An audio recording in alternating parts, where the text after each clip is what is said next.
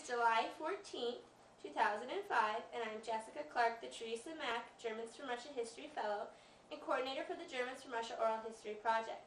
It is a pleasure to visit with Marvin in Misc, North Dakota. To start with, can you state your full name?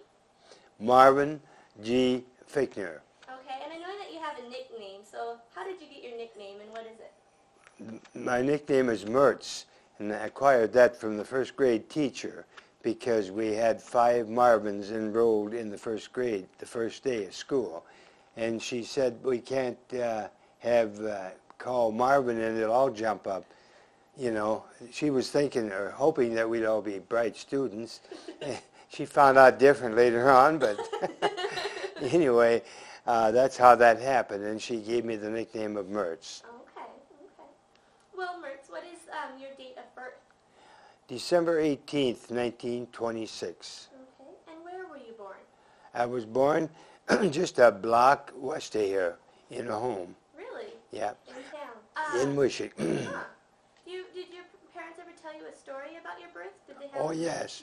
Yeah? Quite a lengthy story, but Okay. we won't go into that. But there was a doctor, a regular medical doctor in Misc at that time. Dr. Grant was his name. And he was called out to make a delivery the day before, southwest of town about 12 miles. And a snowstorm came up, and he got snowed in, and all of a sudden the stork was ready to deliver me. So they had no doctor in town. But we had a midwife that also did that. So my dad says, well, I'm going to have to go down and get her. And her name was Volk, I think really V-O-L-K. And he went down, picked her up, and told her what he wanted to see her about. And on the way to our home, she said, stop here. And that was next to, in those days they called them blind pigs. It was a bar. And she told my father to go in and pick up a 5th of whiskey. And my father thought that was for dismal purposes. So he went in and got it. When they got down to the house, she opened the 5th, and she says, now I'll need a 7-Up, and I'll need some water.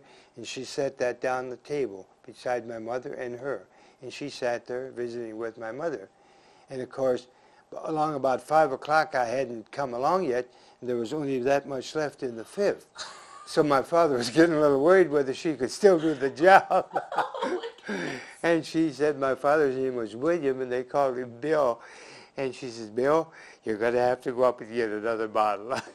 And he said, okay, but he was worried that it would probably cause problems, you know. But right after he come with the second bottle, I guess I arrived also. So I was born here in Misc in a home with a midwife. Obviously she did her job, though. Yeah, I guess so. You're here.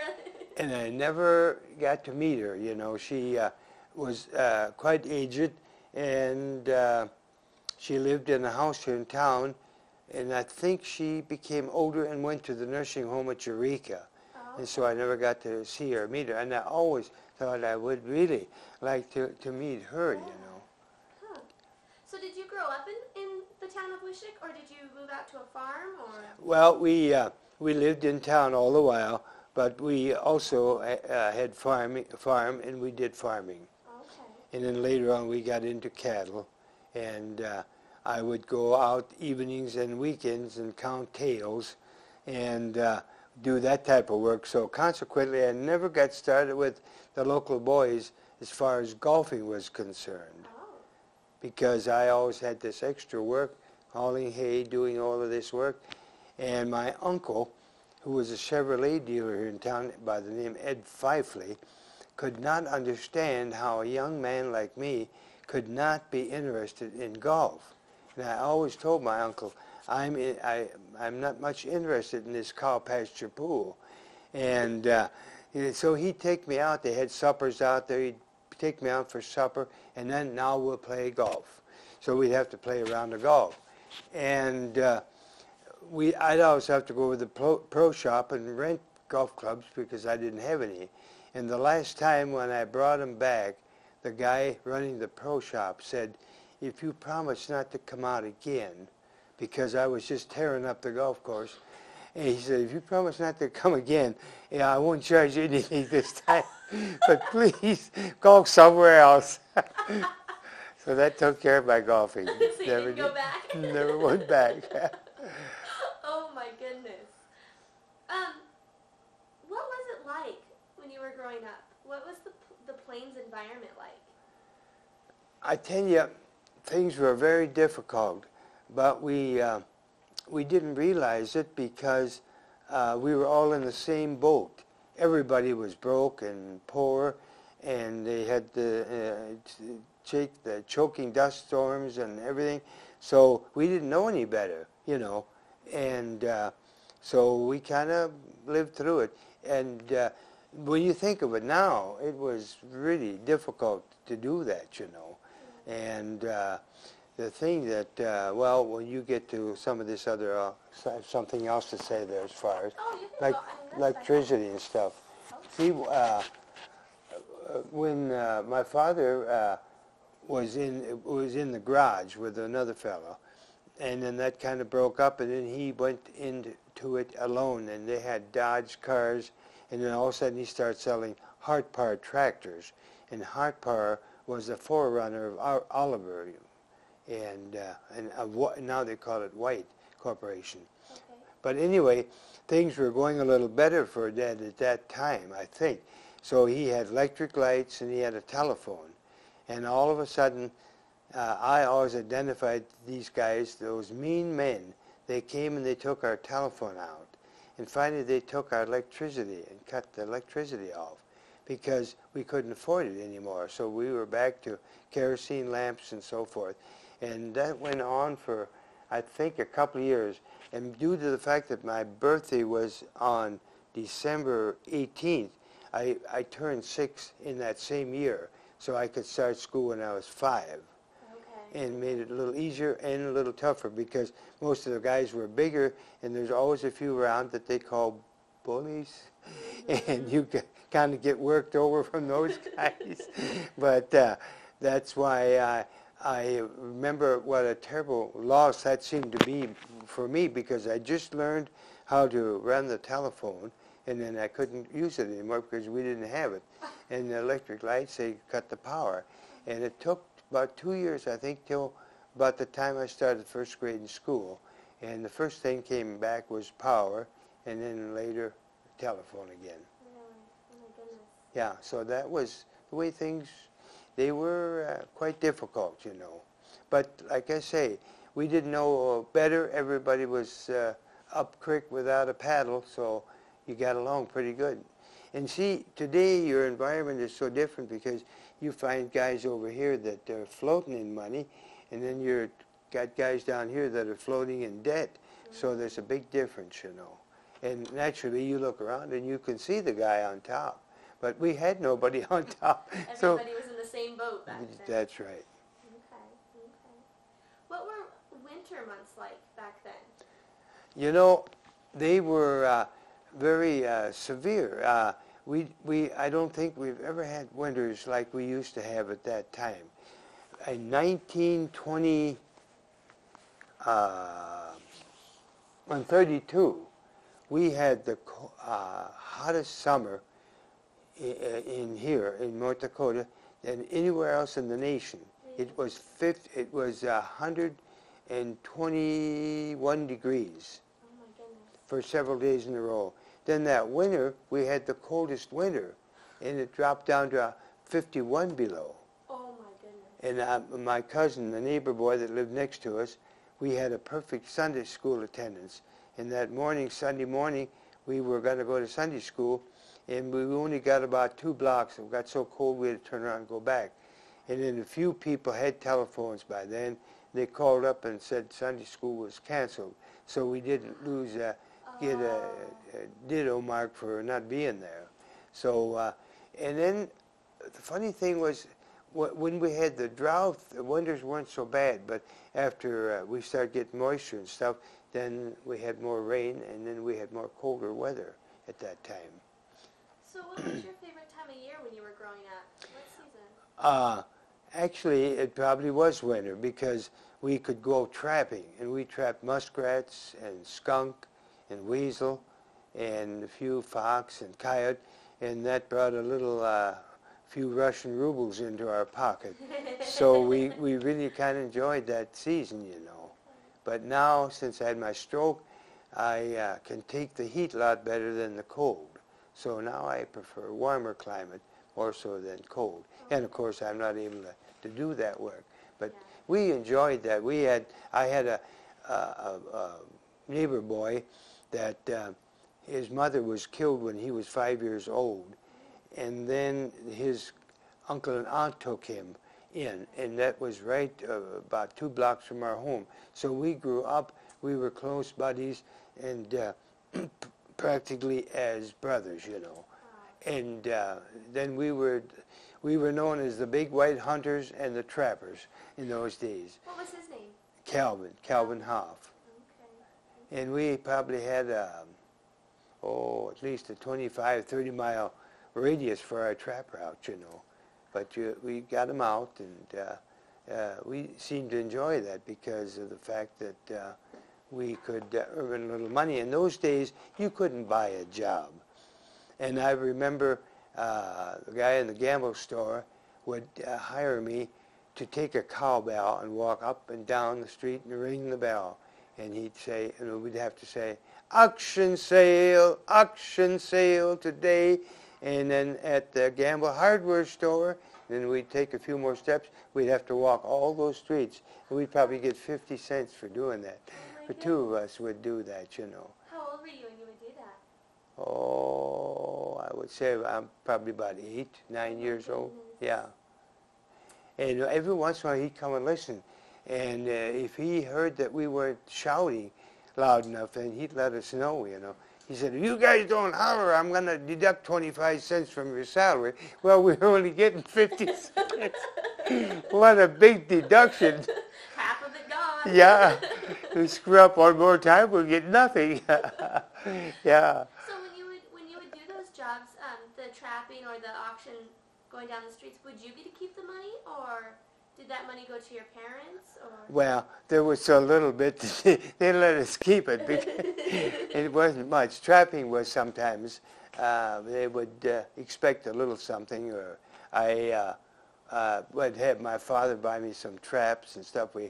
In order to get started, you know, and you can't catch without a trap, so you needed that. Okay. Did you ever go hunting when you were a child? Besides trapping, did you go hunting? Always. Or? Well, yeah, we were known as the great hunters. We used to do a lot of guiding for hunters that came out from the east and stuff, and that paid little money. And they were people that had a little more of means at that time already than our people did. So they would leave shells behind for us, and sometimes even a gun or a revolver, you know. And we really enjoyed doing that. Do you remember the first time you went hunting? About how old were you? Yeah, I think I was about 6 years old or 7. My father used to love to hunt, so then I went with him. That's how I got started. Okay. Huh. What about fishing? You ever go fishing? If we could have found a lake.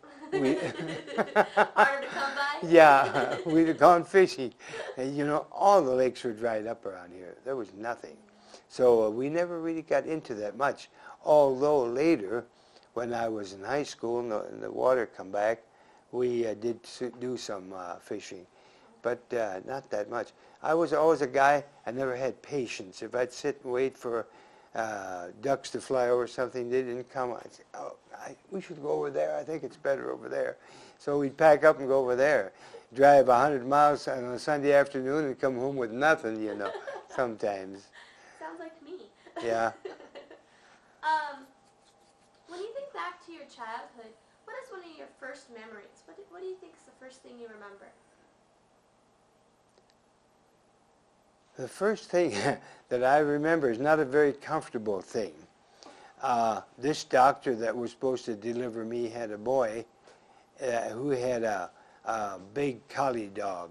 And the doctor and his family went over east where they come from for a little short vacation. And my dad was always a good friend to Dr. Grant. So he would come and bring that collie dog down to our house, and my dad would take care of him for 2 or 3 days. And the first thing I remember, and I was about 3 years old, and I come out of the house one Sunday morning, and it had rained a little bit, and there was little puddles of water, and I was dressed up in a white and blue sailor suit. And this dog come around the corner and scared the wits out of me and jumped up on me, and I fell over backwards into this puddle of water, and that's why I remember that, because there was kind of a meeting of minds and a hand clapping, but not my hand, my father's hand on the kabosh, you know, that I remember. It's funny how you can go back that far. There's a lot of other things you don't remember that happened much later, you know. Certain things just stick out. Yeah, that's one of them. Looking at your grandparents, let's start with your mother's side. Did you know your grandparents on your mother's side? Very, very well. Yeah, they. I was in college when my grandfather died, so I got to know them real well. And they lived in the same town, about 5 blocks, 6 blocks from where we lived. So I got to know them quite well. What was your grandparents' names? My grandfather's name was John S. Wolf. Okay. Now, I just took the pictures down here a couple of days ago. I had a big round picture frame. The big round picture? Yeah. Those are pretty common in homes I've been seeing. Yeah. That's a nice picture to have. Yeah, and we keep it in the family. My mother got those when the grandparents died, and then I had them since then. What about your grandmother? What was her name? Friederica. Okay. And did they come over from Russia, your grandparents? Oh, yes. Yeah. She came over, and my grandfather did. They didn't know each other until they settled down here at Eureka, 40 miles south of Wishick. Okay. So they met in the United States. Yeah, that's right. Okay. When you think back to your grandfather, what type of a person was he? He was a very meek, quiet man, and a kind gentleman, you know. I don't think that he ever spoke a harsh word to us grandchildren when we were up there. And we used to sneak, when we got a little older, we found out that he would make choke cherry wine. And he kept that in the basement, sort of hidden. And we'd go down there and leave a little out so that he wouldn't know that any wine was missing. We would take that much water as we took wine and put it back in the barrel again. And it always, yeah. Did he ever catch you? Well, he found out there's something wrong that one year as we grew older, and we would take friends along down the basement. And see, he was in the insurance business with the Eureka German Farmers Mutual Insurance Company, so he was gone during the day, and then he was county commissioner for a while. So it gave us a golden opportunity to sneak down there. Plenty of time. Yeah. And he said, in German, he said, ich weiß nicht, das Spät, that Spät means alcohol. Okay. Ich nehme so stark. This alcohol is not as strong anymore as it used to be. See, and they wouldn't touch that stuff until Thanksgiving time and Christmas. And they would order in about, I think it looked like about a 35-gallon container that was all full. And that came in by the Sioux Line Railroad. And they'd have to come in with the horses and team because they lived on the farm 3 miles east of Wishick, where they homesteaded at that time. And they would take that out there, and that was kind of a joy for them to have this at their meals, you know. Mm-hmm. And they'd save it until then. And was it pretty tasty? Yeah. Pretty tasty and pretty stout when you first took the first couple of drinks out of there, you know. But it got milder as time went on, you know. Oh, I tell you. What I meant, you asked me about my grandfather. I think he knew. He was around the block once or twice, and he knew what was going on. But, you know, he fixed it. He put a strap over the top that we couldn't get to it anymore. But, you know, instead of bawling us out or even giving us a little licking or something, he wouldn't do that. He was that type of a person. Just solve the problem by fixing this. That's right. We've got to stop that. What about your grandmother? What type of a person was she? She was a very kind, understanding person also. And she lived quite a bit longer than my grandfather did. Okay. And she was in the same home that they were in. When I think back, they moved into Wishick, and my mother would always say, Moshe said zum Großvater, you got to be nice to your grandparents. And they were only 50 years old, and they already came in and retired. And I have the wedding band that my grandfather had, and that is so large that falls off of my thumb. That shows how large their hands were from hard field work, you know, with forks and everything, you know. Oh my goodness. Yeah. That's a treasure to have too. Yeah. And don't ask me where it's at now. Yeah. Well, in the middle of moving, I don't know if you can find anything. Yeah. That's about right. But that's the way they worked. So, when I was a kid, and this Cal Hoff and me, we got a job with the local theater man, H.E. Cook, and we ran the machines up there. And and we had to make those switchovers, you know, how they do that. And I never knew, see, they'll continue along the line with the same type of film for a little while, and you got to watch that, catch that, and switch it over so that you don't have a break in your picture for the moviegoers. Yeah. We had a fellow up there one night. He was learning, but we were getting ready to go on for college, and we were teaching him. And we didn't realize he had a little habit. He must have had a grandfather that had a wine barrel. All of a sudden, we looked out that little porthole, you know, that you had up at that projection room, and there was no picture. We went over there and looked at the guy flipping around the machines, and he was pretty well out of it, you know. A little too much. Yeah, yeah.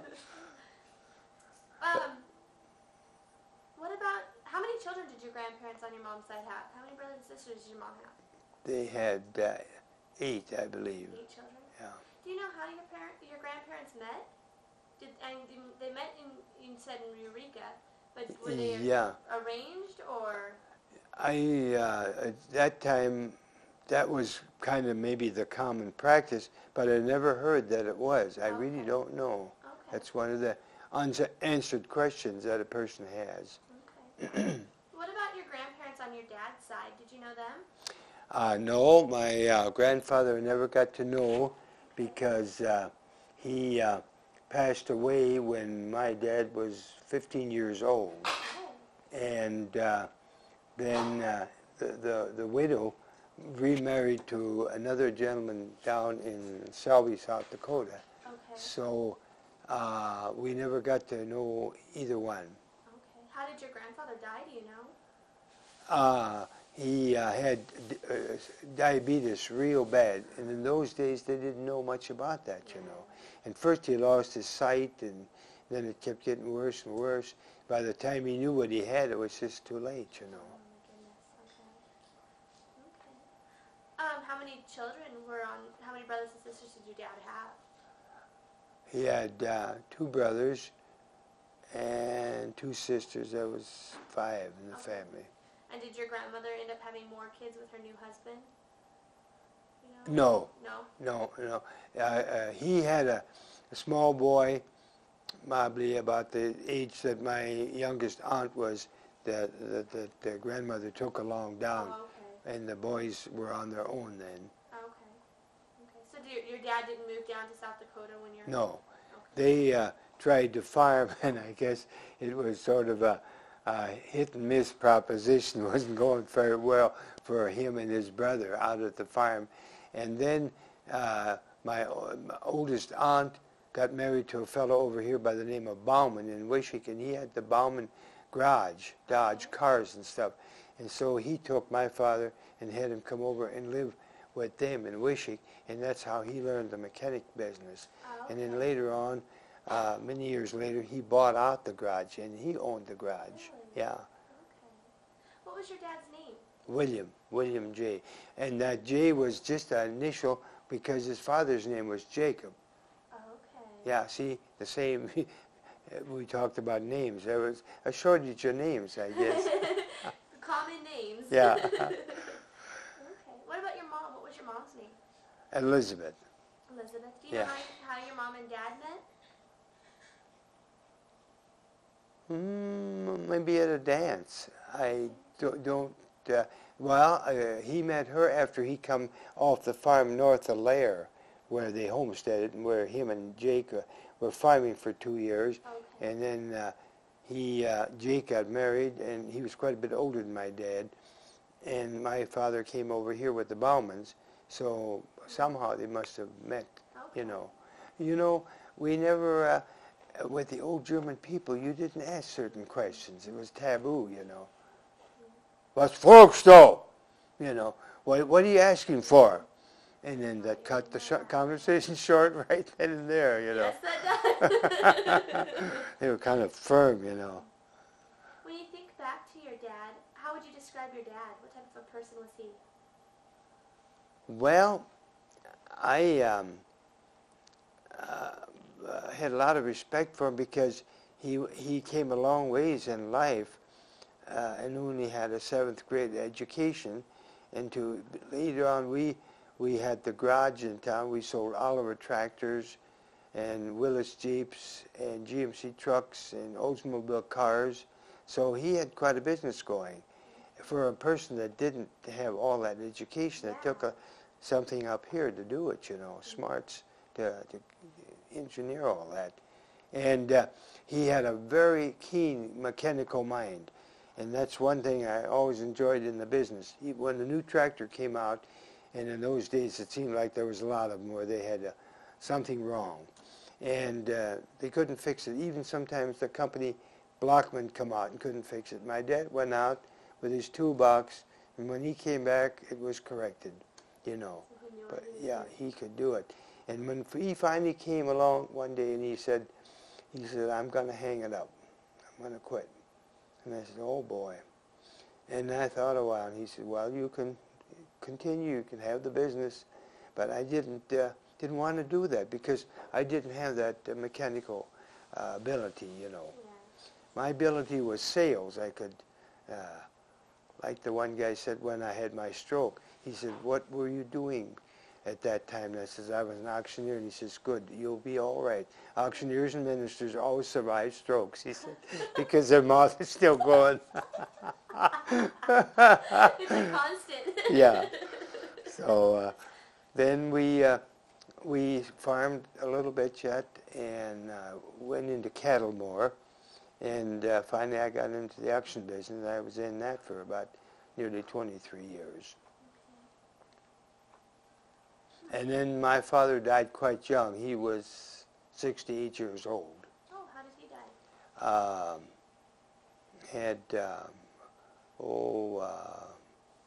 What do you call that when a blood vessel gets weak?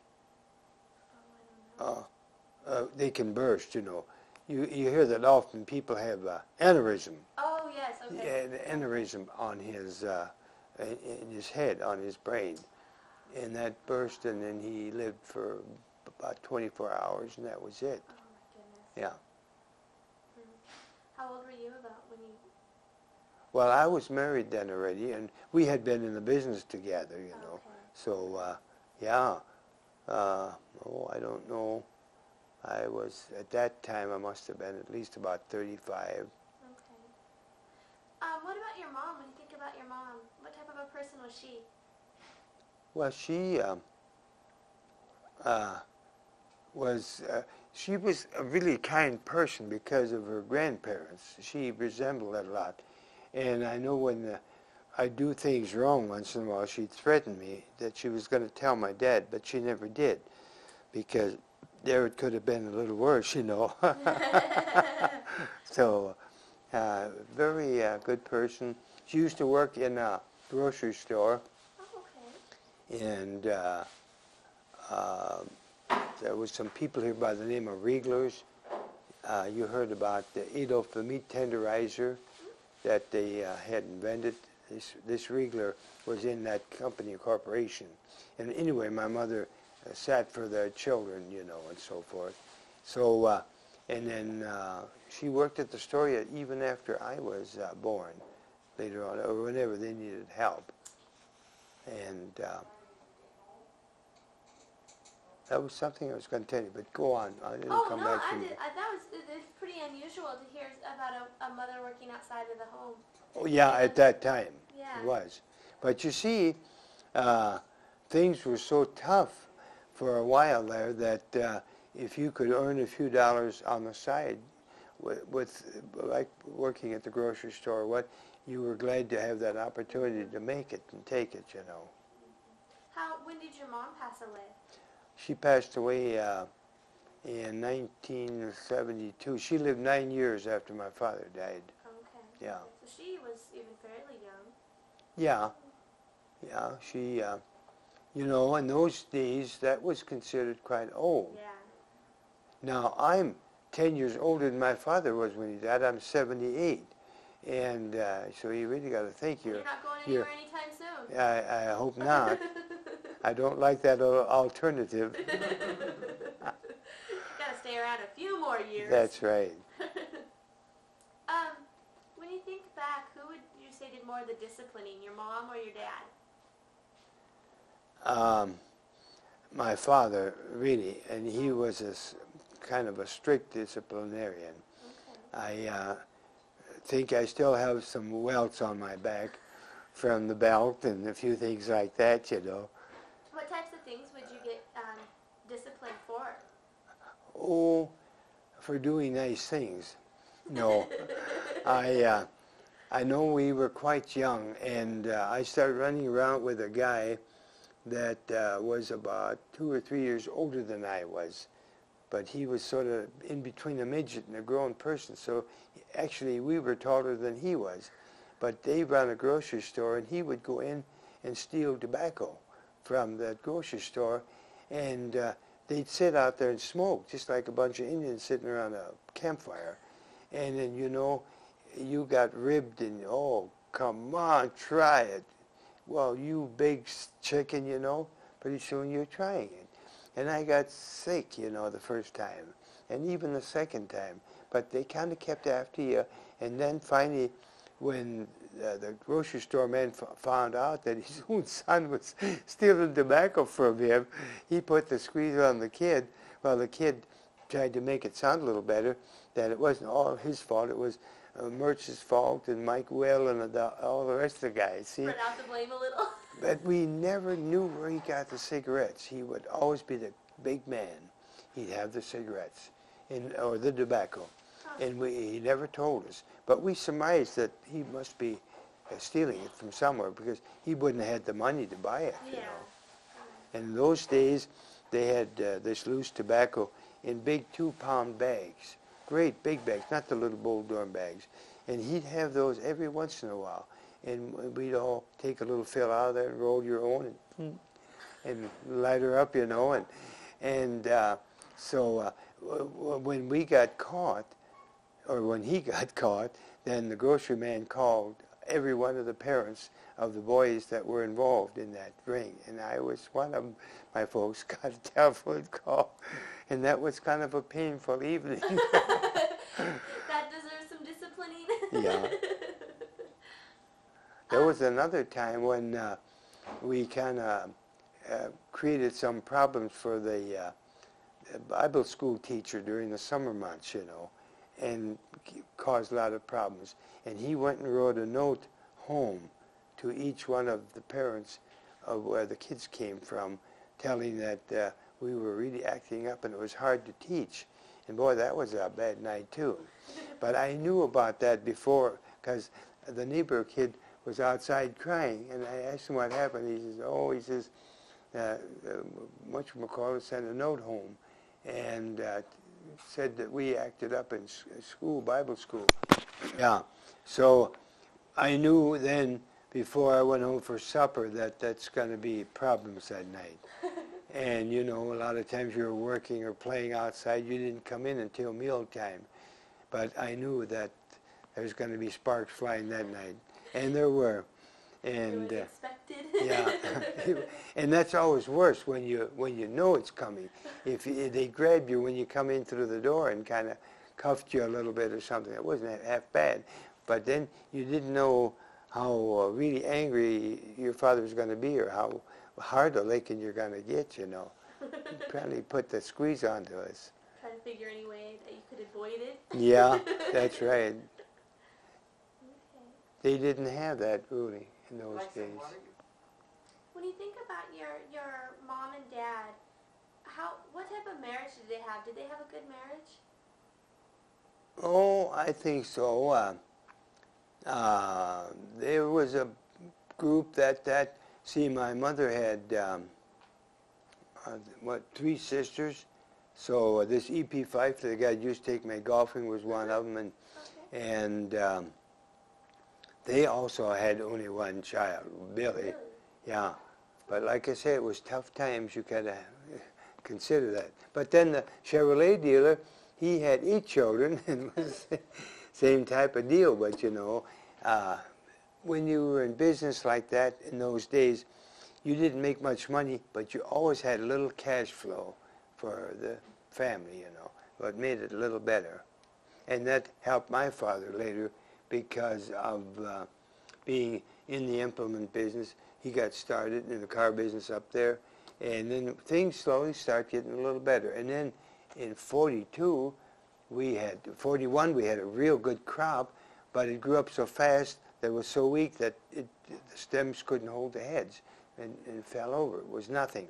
And 42 was the first year that they really had an abundant wheat crop. And oh my goodness, people were just overjoyed and happy. Right? He married to make some money. Yeah.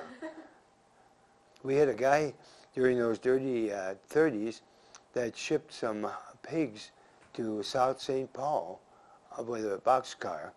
And when they got down there, the man was waiting for his check every day, going to the mail, and finally here comes a notice from the St. Paul Livestock Marketing, and they told him that he owed another $5 on the freight of the hogs because they were so cheap that they didn't even cover the freight. Oh my goodness. Yeah. So, you know, it's tough to make money on conditions like that.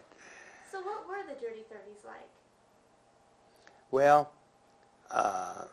when you think of it now, it always brings kind of a blurred, dark memory to my mind, to me anyway. The wind would blow, and the dust was flying. I know some days, when I was quite young yet, we would be playing out the backyard, and we couldn't play anymore because the dust was in the air so thick. And then later the next year, when there was a little something growing and it had rained, then we had the locusts and the grasshoppers, and they would be in swarms that they would shut out the sunlight where they flew, and they could devour a crop in a matter of hours. They would land and just chew her down. Oh my Yeah. goodness. I bet that was noisy too to hear them coming. Yeah, they just run like a big airplane, kind of a hum. I remember that one day my mother come on, she said, "You better come in." And I said, "Why?" And she said, "Look at over there," and here they were coming, just like a big cloud. And they shut off the sun, it wouldn't shine on the ground below where they were flying. But then they had grasshopper spray, not spray, but poison that they laid and stuff. But somehow they just kind of got rid of themselves, I think. I don't know what really done it, but... Oh my goodness. So when you'd have those like sandstorms and stuff and you're outside, did you get like a lot of sand in your mouth? Oh yeah, you could kind of, you'd have to run over to a faucet every once in a while and do a little rinsing. Yeah, and I'm not exaggerating, that's just the way it was. But you know, again, you're in the lake with no oars in that canoe, and everybody was in the same shape, so we didn't complain about it or make any noise about it, you know. Some people have compared like the sandstorms to like a blizzard. and said that they just accumulate piles of sand. Did you see that around town? Very much so, very much so. In fact, it was so bad that if you had your car setting out sometimes, that it would take the paint off the fenders or the side that it was blowing against. Oh my goodness. Yeah, and we still have signs out here along where we had good fences, where there's still piles of this real fine sand that was blowing there. I could take you out there, and within 5 minutes I could show you that. Oh my goodness. Yeah. Oh, that's amazing. So that shows how it blew, you know. Yeah. Huh. So what was it like growing up an only child? Good and bad. Bad because when there was a snowstorm or a blizzard outside, I had to play at home alone, where there was families that had their children. But then again, when I saw how some of them would be fighting amongst themselves, I'd walk over and say, "Praise the Lord, I'm the only one." And there was times where I really wished I would have had a brother or sister, more so a brother, but that didn't happen. And it just is something that when you can see with the other children. I know we had neighbors that lived right across the alley, and they had 8 children. Well, you'd go over there was a fight about every 10 minutes. And they were clubbing each other and beating each other, and one time I thought, this is really too foolish, and the 2 brothers were fighting, and I kind of tried to intervene and comfort them that they wouldn't fight. And you know what? They took after me, and the both of them beat up on me. So I found out, leave them alone, don't intervene, no more. I know one time we was going up to school, and the 2 were fighting, and a fellow came along, and he says, "Hey, Mertz, why don't you stop them?" I says, "Go ahead, stop them. You can." So he went over there, and he tried, and pretty soon they were beating up on him. He said, "Now I know why you didn't try to stop them." I said, "You're getting smart." Oh my goodness. Yeah, there was fun time. And as far as games, everything you played with marbles, and you made old little wagons had steel rim around the wheel, and then you take a light and nail a cross across there, and you'd run that little wheel on the ground. You know, that was one of the things. And then you have races, and you could see who could run the wheel the fastest to the other end and stuff like that. And with marbles, you know, was. But those are the type of game. Oh, another thing that we did, we took the old apple boxes and we cut out the form of a revolver. And then we put a clothespin on the back, and we'd go uptown, and they all had inner tubes all over in those days. We'd pick up an inner tube and stretch that up over this rubber gun, and then we'd have that clothespin holding it, and then we had wars with that. And you could shoot and bang, and if a guy got close to you, and some of these guys had rifles, really had that rubber band stretched, and you got hit with one of those, you knew. Ooh, I bet that left a nice mark. Yeah. What other types of things did you do for fun when you were a kid? Oh, then later on, my dad I always loved horses, and then he got me a Shetland pony, and then several others had Shetland pony, and this kid that got me started in smoking, he lived out in the country, just in the edge of town, and he also had ponies. So then that's how I kind of got in with him, you know. Okay. And I didn't know that they were smoking when I first met him, you know, and but I could smell it, you know. And it's funny that my mother didn't smell it more, but we would go to work and eat a fruit or vegetable that was called kalalaba. It was big like a carrot or like a radish, and if you ate that, it would take away that nicotine smell in your mouth. And if that didn't do it, we'd eat raw onions before we'd go home. Ooh. But anything to camouflage that smoking smell. And we'd wash off our fingers so that we wouldn't have any signs. And another thing, see, most fellas smoke this way, you know, nowadays. But we would hold the cigarette this way so that no nicotine would get on our fingers. Like old men, you know, we'd stand there and puff away. So how old were you when you started smoking? Oh yeah, I was about 10 to 12, something like that. Okay. And then I quit altogether until I got into high school again. And I shouldn't have been smoking then because they didn't want you to smoke if you were out for athletics, football, basketball and stuff. Did you play football and basketball? Oh yeah, I loved it. Did you guys have good teams in high school? Well, we thought we did until we met a better team. Then they taught you something? Yeah, they did. Losing. So what positions did you play when you were... On football, I played fullback or halfback,